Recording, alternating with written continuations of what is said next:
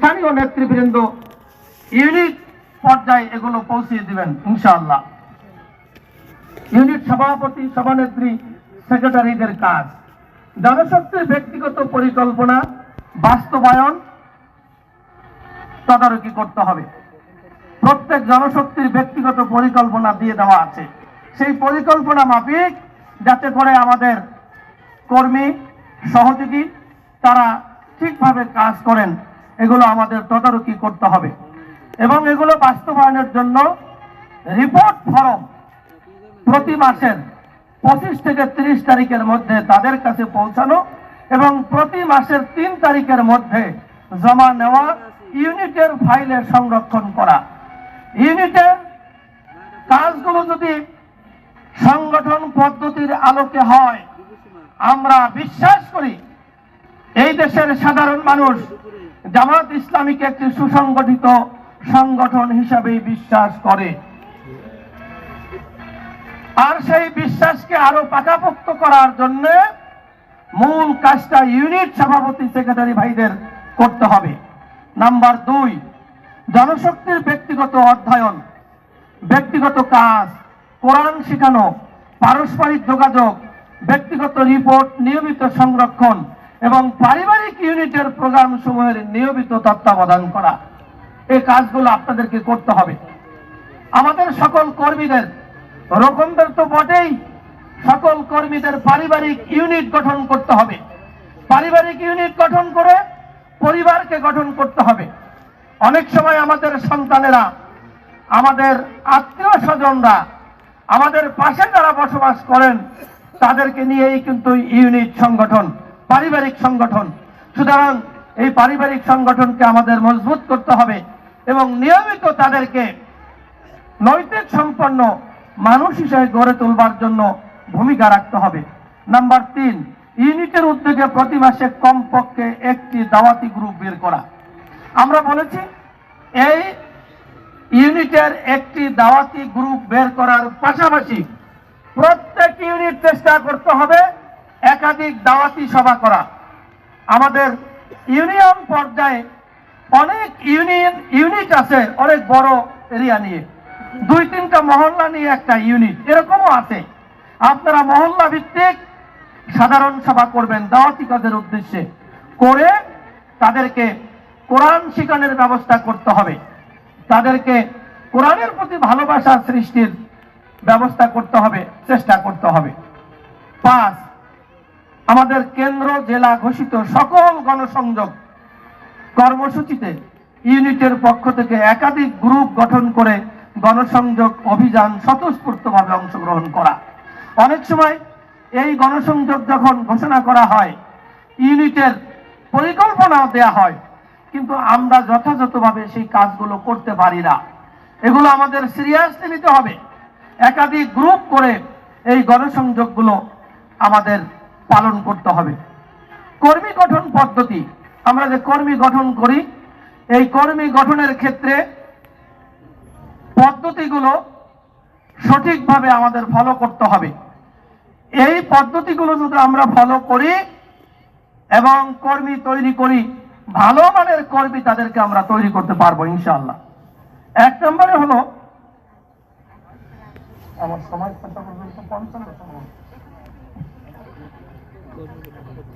কর্মী গঠনের পরিকল্পনা গ্রহণ, টার্গেট নির্ধারণ।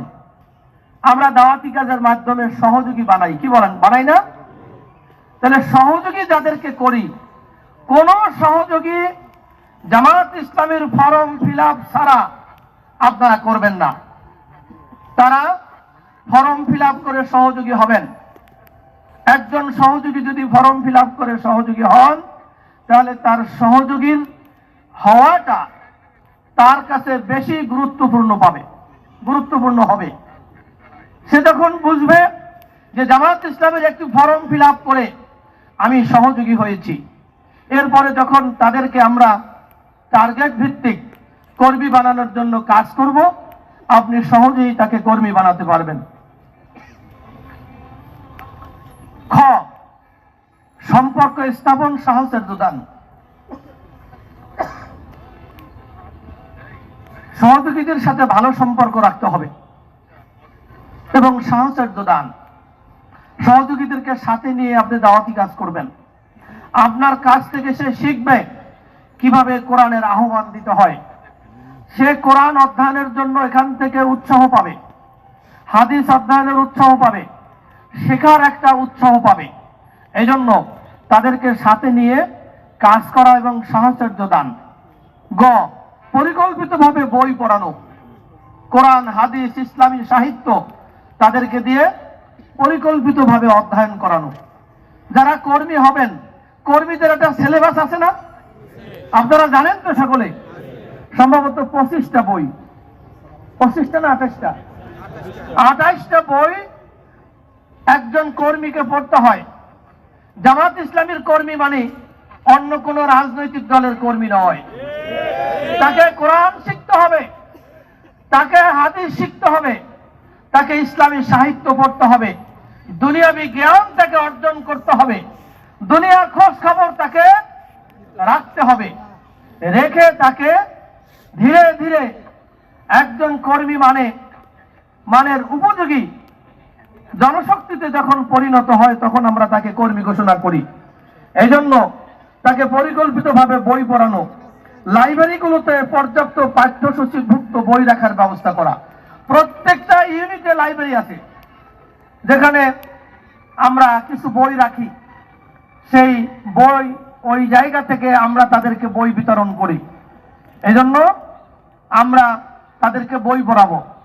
এই যে আমি 28টা বইয়ের কথা বললাম, এটা আবার ভুল বুঝবেন না যে 28টা বই পড়াইয়া তাকে কর্মী ঘোষণা করতে হবে, বিষয়টা কিন্তু তা নয়। ক্লিয়ার? বিষয়টা হলো কর্মী হওয়ার জন্য গুণাবলী কয়টা? 5টা। প্রথম হলো তাকে দাওয়াতি কাজ করতে হবে, তাকে ইয়ানত দিতে হবে। ইয়ানত বি আমওয়ালিকুম ওয়া আনফুসিকুম, জিহাদ ফি সাবিলিল্লাহর কাজ করতে হয় মাল এবং জান দিয়ে। তাহলে তাকে ইয়ানত দিতে হবে, তাকে রিপোর্ট রাখতে হবে, তাকে বৈঠকে বসতে হবে। আর একটা হলো সামাজিক কাজ করতে হবে। মানুষের জন্য যত সামাজিক কল্যাণকর কাজ আছে আমাদের কর্মী ভাইয়েরা মানে সমাজে যত ভালো কাজ আছে এই কাজগুলো মানুষের জন্য করে যেতে হবে।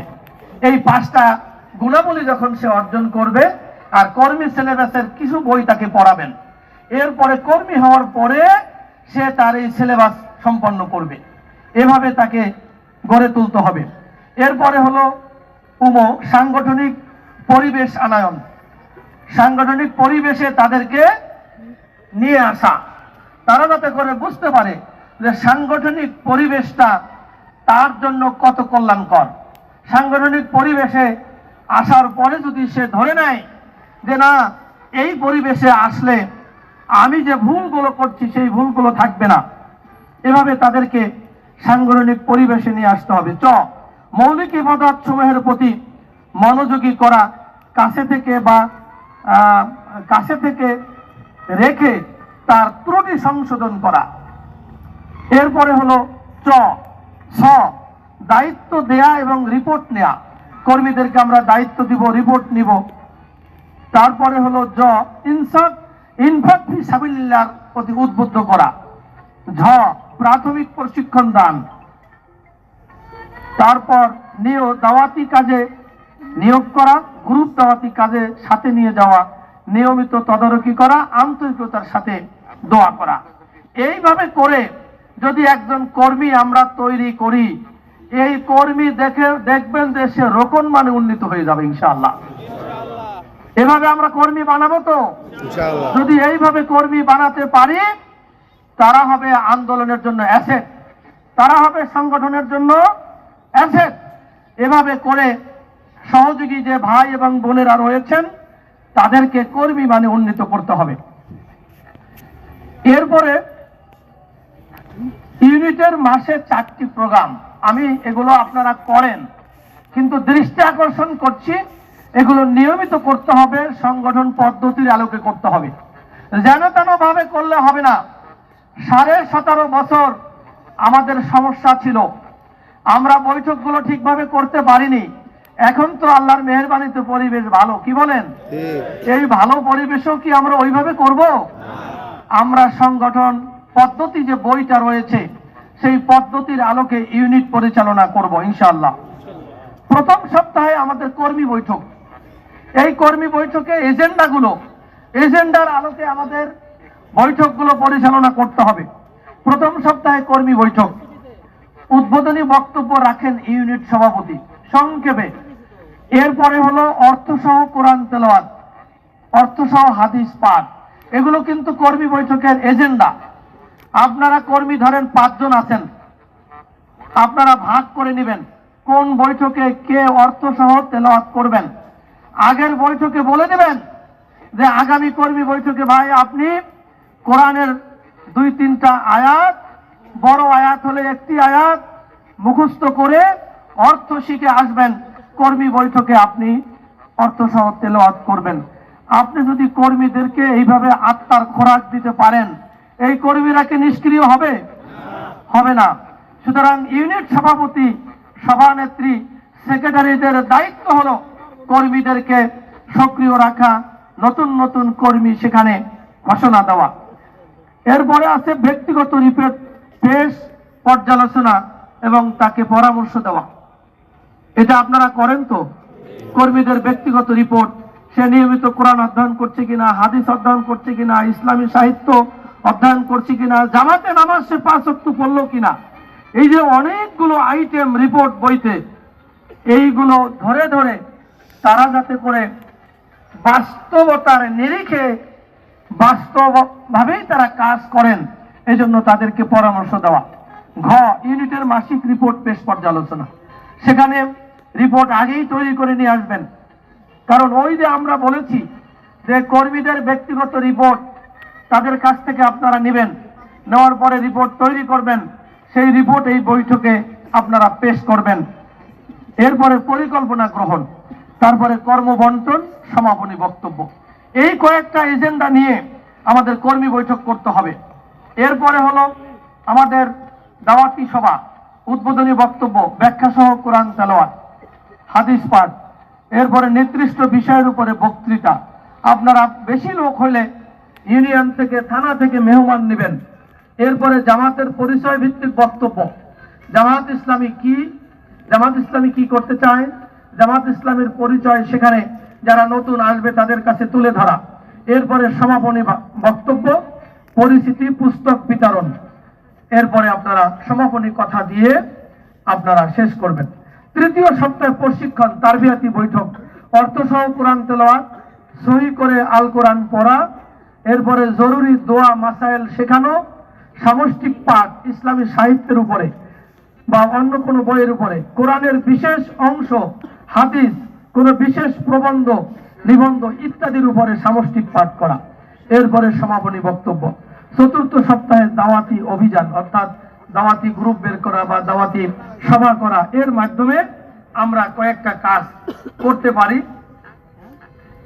1 মিনিট আছে, সেটা হলো আল্লাহর দ্বীনের আহ্বান পৌঁছানোর জন্য ইউনিটের সকল কর্মী গ্রুপ ভিত্তিক দাওয়াতি কাজে অংশগ্রহণ করবেন।